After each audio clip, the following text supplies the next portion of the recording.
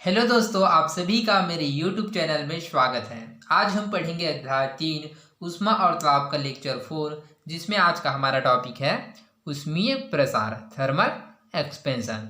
तो इस टॉपिक में आगे बढ़ने से पहले चलिए हम लोग कल का क्वेश्चन देख लेते हैं, फिर इस टॉपिक में आगे बढ़ेंगे। तो हमारा कल का क्वेश्चन है, सोचिए यदि सभी पदार्थों की विशिष्ट ऊष्माधारिता समान होती तो क्या होता। चर्चा करें। यदि सभी पदार्थों की जो विशिष्ट ऊष्माधारिता है वह समान होता है तो वो हमारे लिए अनुकूलन नहीं होगा। क्यों?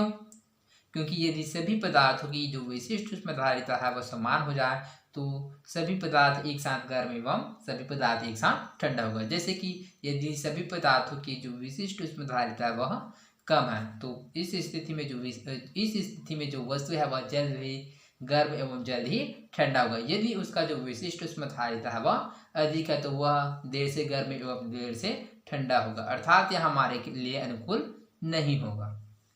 पानी की विशिष्ट ऊष्मा की तुलना अन्य पदार्थों की विशिष्ट ऊष्मा से करें तो जो पानी की जो विशिष्ट ऊष्माधारिता है वह अधिक होता है, जिसके कारण जो पानी है वह देर से गर्म एवं देर से ठंडा होता है। किंतु जो रेत का जो विशिष्ट ऊष्मा होता है वह कम होता है, जिसके कारण रेत है वह जल्द ही गर्म एवं जल्द ही ठंडा हो जाता है। ओके, तो चलिए बढ़ते हैं हमारे आज के टॉपिक में। तो हमारा आज का टॉपिक है ऊष्मीय प्रसार, जिसको थर्मल एक्सपेंशन भी कहते हैं। तो ऊष्मीय प्रसार किसे कहते हैं, तो चलिए देखते हैं। तो पदार्थों में ताप वृद्धि से उनके आकार अर्थात लंबाई, चौड़ाई या ऊंचाई में वृद्धि होता है, उसे ही ऊष्मीय प्रसार या थर्मल एक्सपेंशन कहते हैं।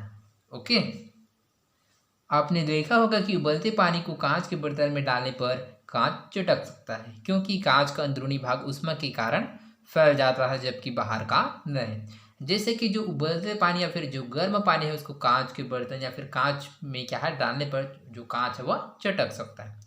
क्यों? क्योंकि जो कांच का जो अंदरूनी भाग और जो उसके अंदर के भाग होता है ऊष्मा के कारण फैल जाता है। क्यों? क्योंकि जो कांच है वो क्या है ऊष्मा को ऑब्जर्व और शोषित करता है, जिसके कारण जो उसके अंदर के भाग है वह ऊष्मा के कारण फैल जाता है, जिसके कारण वह कांच है वह चटक सकता है।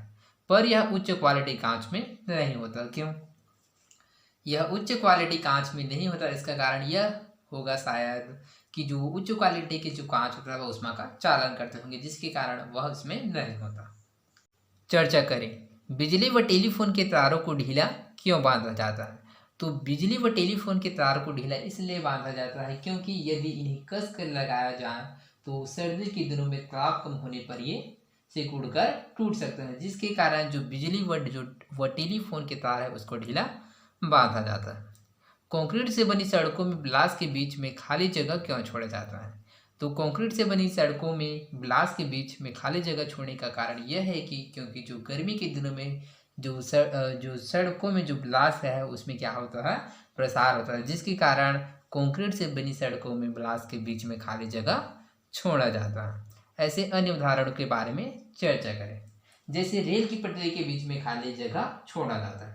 क्यों? क्योंकि गर्मी के दिनों में रेल की पटरी में क्या होता है, उसमें के कारण फैल जाता है, जिसके कारण क्या होता है, रेल की पटरी मुड़ या फिर टूट सकता है, जिसके कारण रेल की पटरी के बीच में खाली जगह छोड़ा जाता है। ओके, सामान्यतः पदार्थों को ऊष्मा देने पर पदार्थ का आयतन बढ़ता है और पदार्थ से ऊष्मा लेने पर पदार्थ का आयतन कम हो जाता है। ओके, तो सामान्यतः क्या होता है, किसी भी पदार्थ को ऊष्मा देने पर क्या है, उस पदार्थ का आयतन अर्थात उसके लंबाई, चौड़ाई और ऊंचाई में क्या होता है, वृद्धि होता है। किंतु पदार्थ से यदि ऊष्मा ले ली जाए तो क्या है, उस पदार्थ का आयतन अर्थात लंबाई, चौड़ाई और जो ऊंचाई है वह कम हो जाता है। ठोस पदार्थ में ऊष्मीय प्रसार, पहला है रेखीय प्रसार गुणांक, coefficient of linear expansion. Okay, किसी वस्तु की लंबाई में वह प्रसार जो वस्तु की इकाई लंबाई की क्षण में 1 डिग्री सेल्सियस ताप बढ़ने पर होता है रेखीय प्रसार गुणांक कहलाता है। तो रेखीय प्रसार गुणांक किसे कहते हैं, तो किसी भी वस्तु की जो इकाई अर्थात एक लंबाई की क्षण में 1 डिग्री सेल्सियस ताप बढ़ाने पर उस वस्तु की लंबाई में जो प्रसार होता है उसे ही रेखीय प्रसार गुणांक कहते हैं। इसे अल्फा से प्रदर्शित करते हैं और जो रेखीय प्रसार गुणांक है उसको अल्फा के द्वारा प्रदर्शित किया जाता है। ओके, आप लोग इसको इस प्रकार से भी कह सकते हैं कि ताप वृद्धि करने पर जब किसी वस्तु की लंबाई में परिवर्तन होता है तो उसे रेखीय प्रसार गुणांक या कोफिशिएंट ऑफ लीनियर एक्सपेंशन कहता है। कैसे, तो चलिए देखते हैं। तो चलिए इसको क्या है उदाहरण, तो चलिए इसको समझते हैं। तो मान लो क्या है, एक वस्तु है और इसका जो प्रारंभिक लंबाई हो क्या है, एल है। जब इसके क्या है ताप में वृद्धि किया जाता है तो इसके जो लंबाई में वृद्धि क्या हो जाता है, डेल एल। तो इसी को ही रेखीय प्रसार गुणांक कहते हैं। ओके, तो चित्र 10 रेखीय प्रसार गुणांक alpha equal del L divided by L into del T. तो डेल एल क्या है, लंबाई में वृद्धि है, और एल है वह प्रारंभिक लंबाई है, और डेल टी क्या है, ताप वृद्धि। ओके, तो यहाँ पर डेल क्यों लिखा गया है? ओके, तो चलिए देखते हैं। तो यहाँ पर डेल इसलिए लिखा गया क्योंकि जो डेल है वह परिवर्तन को दर्शाता है। ओके, क्योंकि इसके जो ताप में क्या होता है, ताप में वृद्धि करता है, अर्थात इसके ताप में परिवर्तन करता है, जिसके कारण क्या है, जिसके जो वस्तु की जो प्रारंभिक लंबाई एल है उसकी लंबाई में वृद्धि होता है। ओके, अल्फा इक्वल लंबाई में वृद्धि डिवाइडेड बाय प्रारंभिक लंबाई गुणा ताप वृद्धि। Alpha equal del A divided by L गुणा डेल टी, अर्थात del L equal alpha into L गुणा डेल टी। तो लंबाई में वृद्धि इक्वल रेखीय प्रसार गुणांक गुणा प्रारंभिक लंबाई गुणा ताप वृद्धि। ओके, तो जो अल्फा क्या है, रेखीय प्रसार गुणांक को दर्शाता है। ओके, तो अल्फा का मात्रक प्रति डिग्री सेल्सियस होता है, और जो अल्फा का जो मात्रक होता है वह प्रति डिग्री सेल्सियस होता है। लोहे का रेखीय प्रसार गुणांक 0.00012 प्रति डिग्री सेल्सियस है, अर्थात लोहे की 1 मीटर लंबी छड़ का ताप 1 डिग्री सेल्सियस बढ़ाने पर उसकी लंबाई 0.00012 मीटर से बढ़ जाते हैं। ओके, तो इसको याद रखिएगा कि जो लोहे का जो रेखीय प्रसार गुणांक होता है वह 0.00012 प्रति डिग्री सेल्सियस है, और इस लोहे की 1 मीटर लंबी छड़ का ताप 1 डिग्री सेल्सियस बढ़ाने पर उसकी जो लंबाई है वह 0.00012 मीटर से बढ़ जाता है। ओके, दूसरा है क्षेत्रीय प्रसार गुणांक, coefficient of superficial linear expansion. Okay, वस्तु के क्षेत्रफल में वह प्रसार जो वस्तु के एकांक क्षेत्रफल का ताप 1 डिग्री सेल्सियस बढ़ाने पर होता है, क्षेत्रीय प्रसार गुणांक कहलाता है। तो क्षेत्रीय प्रसार गुणांक किसे कहते हैं? तो वस्तु के एकांक क्षेत्रफल का ताप 1 डिग्री सेल्सियस बढ़ाने पर जो वस्तु के क्षेत्रफल में प्रसार होता है उसे ही क्षेत्रीय प्रसार गुणांक कहते हैं। इसे बीटा से प्रदर्शित करते हैं, और जो क्षेत्रीय प्रसार गुणांक है उसको बीटा से प्रदर्शित करते हैं। ओके, तो आप क्षेत्रीय प्रसार गुणांक का जो डेफिनेशन है उसको इस प्रकार से भी कर सकते हैं कि ताप वृद्धि करने पर जब किसी वस्तु की क्षेत्रफल में परिवर्तन होता है तो उसको क्षेत्रीय प्रसार गुणांक या coefficient of superficial linear expansion कहते हैं। ओके, तो चलिए इसको समझते हैं। जैसे कि ये क्या है, एक वस्तु है। ओके, तो इस वस्तु का जो प्रारंभिक क्षेत्रफल वह ए है। जब इस वस्तु में क्या होता है, ताप दिया जाता है तो इसके जो क्षेत्रफल है उसमें जो परिवर्तन होता है वह डेल हो जाता है। इसी को क्या क्षेत्रीय प्रसार गुणांक कहते हैं, अर्थात। ओके, तो चित्र 10 क्षेत्रीय प्रसार गुणांक beta equal del A divided by A into del T. तो जो डेल है वह क्या होता है, क्षेत्रफल में वृद्धि है, और जो ए है वह प्रारंभिक क्षेत्रफल, और जो डेल टी है वह ताप वृद्धि। ओके, तो बीटा इक्वल क्षेत्रफल में वृद्धि डिवाइडेड बाय प्रारंभिक क्षेत्रफल गुणा ताप वृद्धि।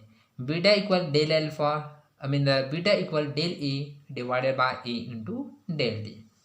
ओके, आई होप आप लोगों को समझ आएगा कहाँ से है, यहाँ से है, अर्थात डेल इक्वल बीटा इंटू ए इंटू डेल टी। ओके, तो डेल का जो क्या है वैल्यू निकालेंगे तो क्या है, बीटा इंटू ए इंटू डेल टी। ओके, प्राप्त होता है। तो क्षेत्रफल में वृद्धि इक्वल क्षेत्रीय प्रसार गुणांक गुणा प्रारंभिक क्षेत्रफल गुणा ताप में वृद्धि। बीटा का मात्रक भी प्रति डिग्री सेल्सियस होता है। ओके, और जो बीटा का भी मात्रक होता है वो प्रति डिग्री सेल्सियस होता है। क्षेत्रीय प्रसार गुणांक बीटा रेखीय प्रसार गुणांक अल्फा का दुगुना होता है, अर्थात B equal to alpha. Okay, तो इसको याद रखिएगा कि जो क्षेत्रीय प्रसार गुणांक बीटा है वह रेखीय प्रसार गुणांक अल्फा का दुगुना होता है, अर्थात B equal to alpha. Okay, तीसरा है आयतन प्रसार गुणांक, कोफिशिएंट ऑफ वॉल्यूम एक्सपेंशन। किसी वस्तु के आयतन में वह प्रसार जो वस्तु के एकांक आयतन का ताप 1 डिग्री सेल्सियस बढ़ाने पर होता है, आयतन प्रसार गुणांक कहलाता है। तो आयतन प्रसार गुणांक किसे कहते हैं, तो किसी भी वस्तु के एकांक आयतन का ताप 1 डिग्री सेल्सियस बढ़ाने पर जो उस वस्तु के आयतन में प्रसार होता है उसे ही आयतन प्रसार गुणांक कहते हैं। इसे गामा से प्रदर्शित करते हैं। ओके, तो इसको आप लोग इस प्रकार से भी कह सकते हैं, ताप वृद्धि करने पर जब किसी वस्तु की आयतन में परिवर्तन होता है तो उसे आयतन प्रसार गुणांक कहते हैं। ओके, तो चलिए इसको चित्र के माध्यम से समझते हैं। जैसे कि यहाँ पर दिया है एक चित्र, यहाँ पर एक क्या है वस्तु दिया गया है जिसका जो प्रारंभिक आयतन है वह v है। जब इसमें क्या होता है ऊष्मा दिया जाता है तो इसके जो आयतन में वृद्धि है वह डेल वी हो जाता है। ओके, तो चित्र 10 सह आयतन प्रसार गुणांक gamma equal del V divided by V गुणा डेल टी। ओके, तो आयतन प्रसार गुणांक इक्वल आयतन में वृद्धि डिवाइडेड बाय प्रारंभिक आयतन गुणा ताप में वृद्धि। तो गामा इक्वल होता है del V divided by V into del T. तो डेल वी का जो वैल्यू होता है वह है del V equal gamma V into del T. Okay, तो डेल वी का जो वैल्यू होता है वह है del V equal gamma into V गुणा डेल टी। तो जिसमें डेल वी क्या है आयतन में वृद्धि, इसका जो गामा है वह आयतन प्रसार गुणांक गुणा वी और गुणा टी डेल टी है वह है प्रारंभिक आयतन गुणा ताप वृद्धि। गामा का मात्रक भी डिग्री सेल्सियस होता है और इसको भी याद रखिएगा कि जो गामा का जो मात्रक होता है वह डिग्री सेल्सियस होता है। आयतन प्रसार गुणांक रेखीय प्रसार गुणांक का तिगुना होता है, अर्थात गामा इक्वल 3 अल्फा। और जो आयतन प्रसार गुणांक होता है वह रेखीय प्रसार गुणांक का तिगुना होता है, अर्थात गामा इक्वल 3 अल्फा। ओके, इसको याद रखिएगा। तो चलिए एक बार रेखीय प्रसार, क्षेत्रीय प्रसार और आयतन प्रसार गुणांक का रिवाज कर लेते हैं कि वह क्या होता है। ओके, तो चलिए सबसे पहले इसका डेफिनेशन देखते हैं।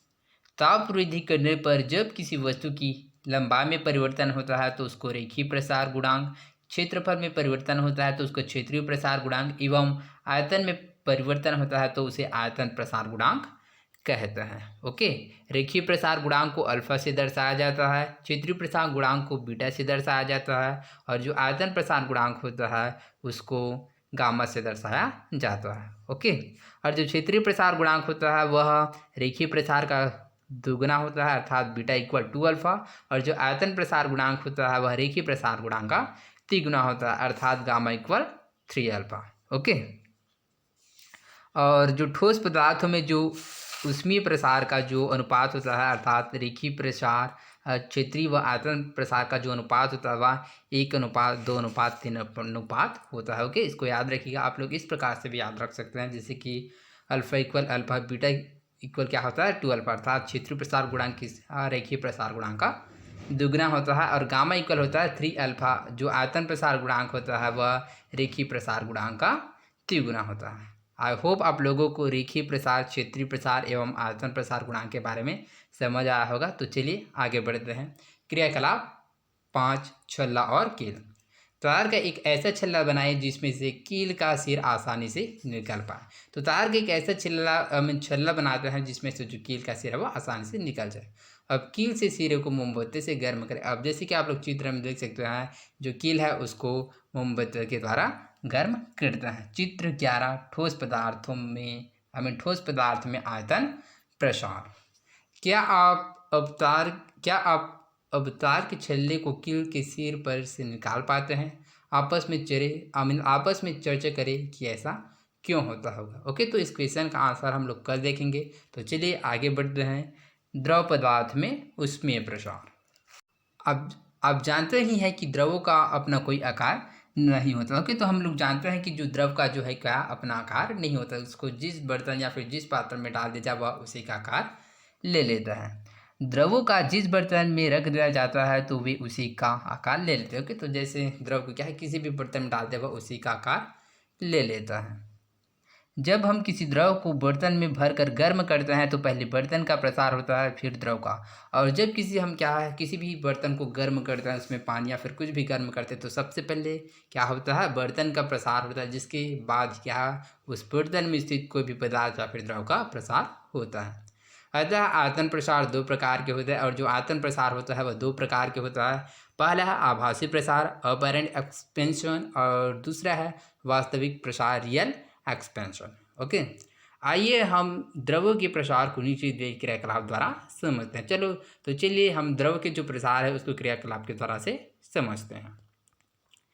क्रियाकलाप 6, कांच का एक फ्लास्क ले, इसमें एक पतले व पारदर्शी नली लगा दे। ओके, तो सबसे पहले हम लोग क्या है एक कांच का फ्लास्क लेते हैं जिसमें से एक पतली व पारदर्शी नली लगा देते हैं। पूरे फ्लास्क में ऊपर तक द्रव भरता है और फ्लास्क का मुंह कार का द्वारा बंद कर देते हैं और पूरे फ्लास्क में ऊपर तक द्रव लेते हैं, जिससे जो फ्लास्क का मुंह है वो उसको कार के द्वारा बंद कर देते हैं। मानो शुरुआत में द्रव का तल ए तक है। मान लो कि जो शुरुआत में जो द्रव का तल वह ए तक है, ओके। और जब फ्लास्क को गर्म किया जाता है तो द्रव का तल पहले ए से बी तक गिरता है। जब फ्लास्क को जब फ्लास्क को क्या है किया जाता है, गर्म किया जाता है, तो जो द्रव का तल है वह ए से बी तक गिरता है। जैसे कि आप लोग देख सकते हैं, ए क्या है, सेंटर पॉइंट में है, जो वो दिख रहा है वह ए है, नीचे वाला बी है और जो ऊपर में है वो क्या है, सी है, ओके। तो जब फ्लास्क को गर्म किया जाता है तो ए से बी नीचे की ओर गिरता है जल का द्रव का स्तर, ओके। और फिर बी से सी तक बढ़ता है, जैसे कि चित्र में दर्शाया गया, और बी से सी तक बढ़ता है, नीचे से ऊपर तक की ओर बढ़ता है। क्या आप बता सकते हैं कि ऐसा क्यों होता होगा? क्या आप बता सकते हैं कि ऐसा क्यों होता है? तो यह इसलिए होता है कि हम लोग जैसे पहले ही जाने थे कि किसी भी बर्तन या फिर बर्तन में कोई भी पदार्थ या फिर पानी लेते हैं तो सबसे पहले ही किसका प्रसार होता है, उस बर्तन का प्रसार होता है। उसके पश्चात ही किसी भी पदार्थ उस पदार्थ में स्थित या उसके पश्चात ही उस बर्तन में स्थित किसी पदार्थ या फिर द्रव का है उसका प्रसार होता है। तो ठीक इसी प्रकार सबसे पहले क्या है, इसमें जो फ्लास्क है उसका प्रसार होगा। इसके कारण जो इसमें क्या है, सबसे पहले फ्लास्क का प्रसार होता है, जिसके कारण जो द्रव का स्तर है वह ए से बी तक गिरता है। उसके पश्चात जो ऊष्मा है क्या है, उसके पश्चात जो ऊष्मा है वो द्रव को मिलता है, जिसके कारण क्या होता है, वह ऊष्मा जिसके कारण जो द्रव है उसका प्रसार होता है, जिस वजह से उसका जो स्तर है वह बी से सी तक बढ़ता है। गर्म करने पर सबसे पहले ऊष्मा फ्लास्क को मिलती है, जिस कारण फ्लास्क फैल जाता है, ओके। तो सबसे पहले क्या है, तो गर्म करने पर जो ऊष्मा सबसे पहले फ्लास्क को मिलता है, जिसके कारण जो फ्लास्क है वह फैल जाता है और पानी का स्तर नीचे गिर जाता है, जिसके कारण जो पानी का स्तर वह नीचे गिर जाता है। इसके बाद ऊष्मा द्रव को मिलता है और यह फैलने लगता है, जिस कारण द्रव का तल ऊपर उठता है। जिसके पश्चात क्या है, जो ऊष्मा है वह द्रव को मिलता है, जिससे वह फैलने लगता है। इस कारण से जो द्रव का स्तर है वह ऊपर उठ जाता है, जैसे कि दिखाया गया है चित्र 12, द्रव के आयतन में ऊष्मीय प्रसार, ओके। तो आप लोग देख सकते हैं सी और ए और बी दिखाया गया, ओके। तो बी से और जो सी है वो क्या वास्तविक प्रसार दिखाया गया, और जो ए से बी है और जो ए से सी है वह आभासी प्रसार, ओके। तो चलिए आगे बढ़ते हैं। तलो ए बी सी का मान नोट कर ले, ओके। तो तलो ए बी और सी का जो मान है उसको नोट कर लेते हैं। हम देख सकते हैं कि द्रव का आभासी प्रसार तो ए से सी तक ही है, लेकिन वास्तविक प्रसार बी से सी तक है, ओके। तो जो द्रव का जो आभासी प्रसार है वह ए से सी तक है, ओके, लेकिन जो वास्तविक प्रसार है वह बी से सी तक है, ओके। तो क्या है, बी से सी तक क्या है, उसका जो प्रसार हुआ है वो क्या है, द्रव का। ए से बी तक फ्लास्क का प्रसार है, और जो ए से बी तक है वह ऊपर से ए से नीचे की ओर बी के तक क्या है, फ्लास्क का प्रसार। द्रव के आभासी प्रसार में बर्तन के प्रसार को नजरअंदाज कर दिया जाता है। द्रव के आभासी प्रसार में क्या है, बर्तन के प्रसार को नजरअंदाज अर्थात उस पर ध्यान नहीं दिया जाता है, लेकिन वास्तविक प्रसार में बर्तन के प्रसार को भी ध्यान में रखा जाता है। किंतु जो वास्तविक प्रसार है उसमें बर्तन के प्रसार को भी ध्यान में रखा जाता है। जैसे ए बी सी इक्वल क्या होता है, ए सी प्लस ए बी, तो अर्थात बी सी क्या है, द्रव का वास्तविक प्रसार, इक्वल जो ए सी है वह द्रव का आभासी प्रसार, प्लस ए बी है वह बर्तन का प्रसार है। यह भी जानिए, अन्य द्रवों की तरह पानी भी गर्म करने पर फैलता है, ओके। तो जैसे कि अन्य द्रव क्या है, गर्म करने पर फैलता है, ठीक उसी प्रकार पानी भी गर्म करने पर फैलता है। लेकिन नैसर्गिक बात यह है कि यह 0 डिग्री सेल्सियस से 4 डिग्री सेल्सियस के बीच नहीं फैलता, किंतु जो जल या फिर जो पानी है वो क्या है, 0 डिग्री सेल्सियस से 4 डिग्री सेल्सियस के मध्य नहीं फैलता। क्यों? क्योंकि 0 डिग्री सेल्सियस से 4 डिग्री सेल्सियस के मध्य क्या है, जो पानी के मध्य हाइड्रोजन बंध पाया जाता है, जिसमें हाइड्रोजन और जो ऑक्सीजन के अणु है वह एक दूसरे से हाइड्रोजन के बंध के द्वारा जुड़ा होता है, ओके, जिस कारण से वह नहीं फैलता। यही कारण है कि ठंडे प्रदेशों में भी जलीय जीवन सुरक्षित रह पाता है। इसी कारण जो क्या है, जो ठंडे प्रदेश है उसमें जल में रहने वाले जो जीव है सुरक्षित रह पाते हैं।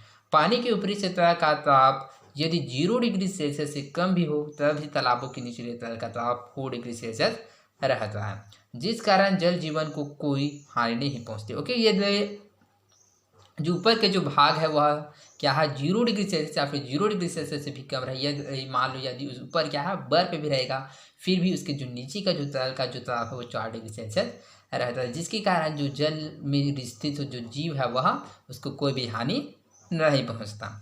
आई होप आप लोगों को समझ आया होगा।